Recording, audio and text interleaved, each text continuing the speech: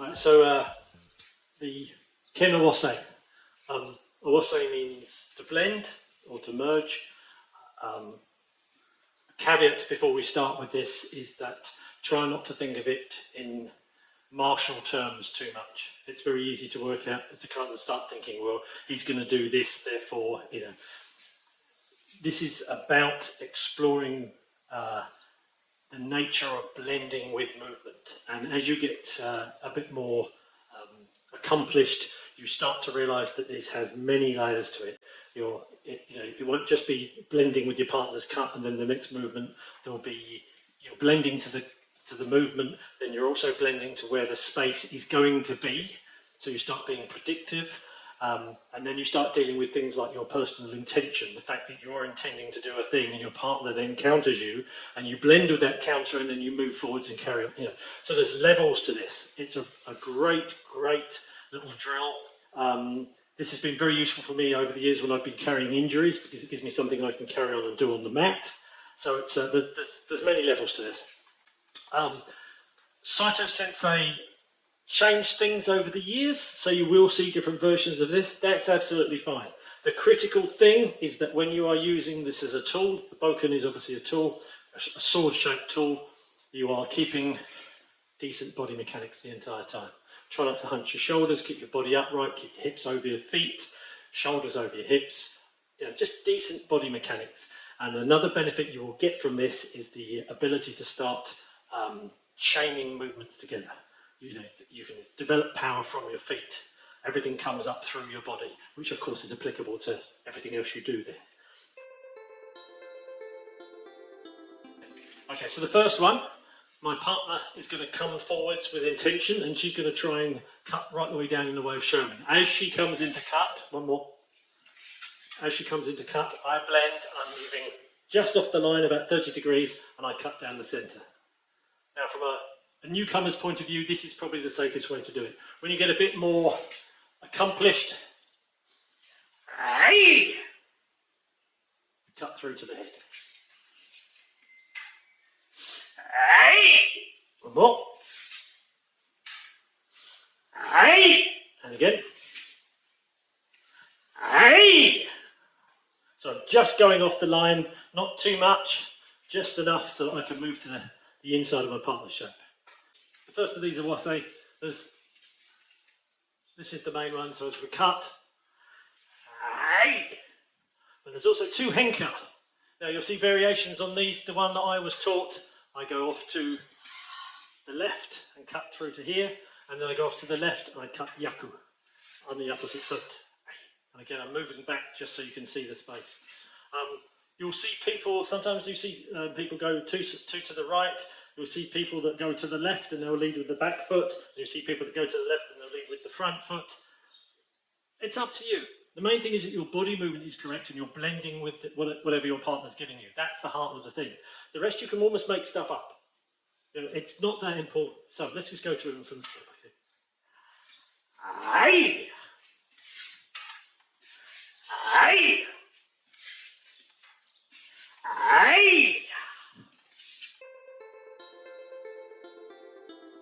So the second one, I go to attack my partner, so I lift. She then sees this gap appearing and blends with that. I then have to blend with this and make second tsuburi. I'm moving back, and notice I'm bringing my hip back off the line. She's at full extension, so it will take her a while to reset. I move this front foot across the line, and the first thing I do is I send out my intention. She can see my intention to cut. So this isn't inert, I'm sending this out and then I move in. So she's already blending with the attitude or the intention, the spirit I'm sending to her, and then she eases back. It's no good doing this in a relaxed, kind of floppy kind of way. There must be everything in there.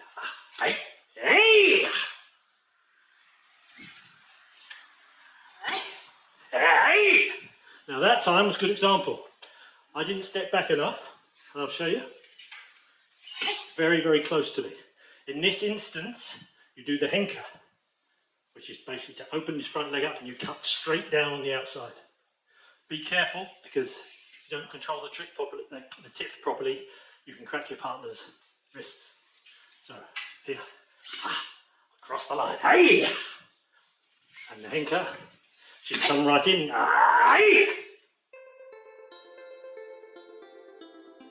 So the third one, this time the focus is on blending with, if you like, an underneath space. So this relates to techniques like koshinagi and shomanati. So my partner goes to cut, I drift off as in number one, I cut through, but I leave myself some space. She realigns, she lifts to cut, and then I immediately blend up into this space here. And it's a full body movement. I'm not just giving her a pokey, okay? Shut up. Hey, hey. Hey, hey. So number 4, this is probably the one that causes the most discussion, shall we say. There's levels to this, there's layers to this, so I'll just explain what's going on. I'm going to cut to my partner, so sometimes you'll even see people leaving the target open, shall we call it, because if she's in standard on guard position, it doesn't make much sense for me to cut to her head. So you can leave it open if you want to. I'm going to come in and cut, and my intention is to go through her centre line. Whatever happens, I'm going to cut her. She blends with it and knocks it over. So she's using a kind of kotegaeshi style wrist. But I blend with this with my wrist, so my intention carries on. So I blend with her counter, and I come through and I flow through to the centre line, and then she in turn blends with that to move back and stay safe. So there's a blend, counter, blend, counter, blend, counter, all the way through. Hey! Hey! Hey! Hey! And again, I'm trying to make this as much as a full combined body movement as I can.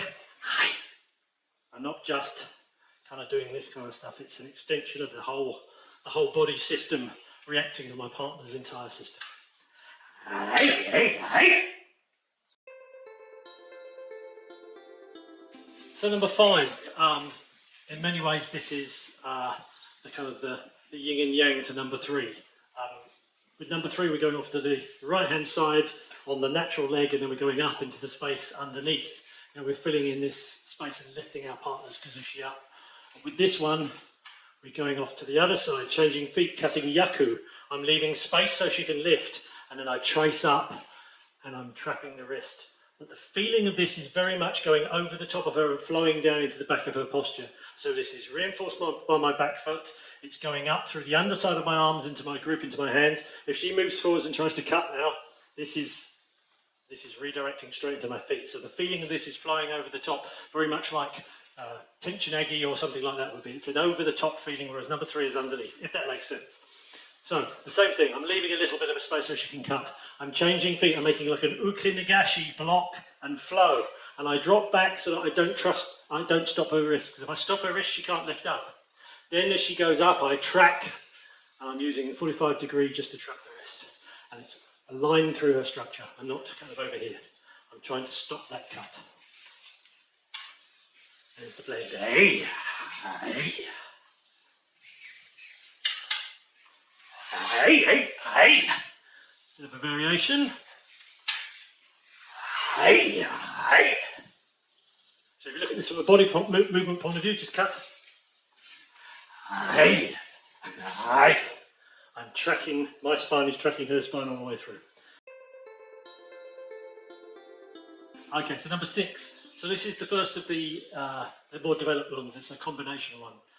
An easy way to remember that if you're just starting out is it's number 3 and number 5 kind of stuck together with Aikido glue or something. There we go. So she cuts, I'm drifting off like in number 3.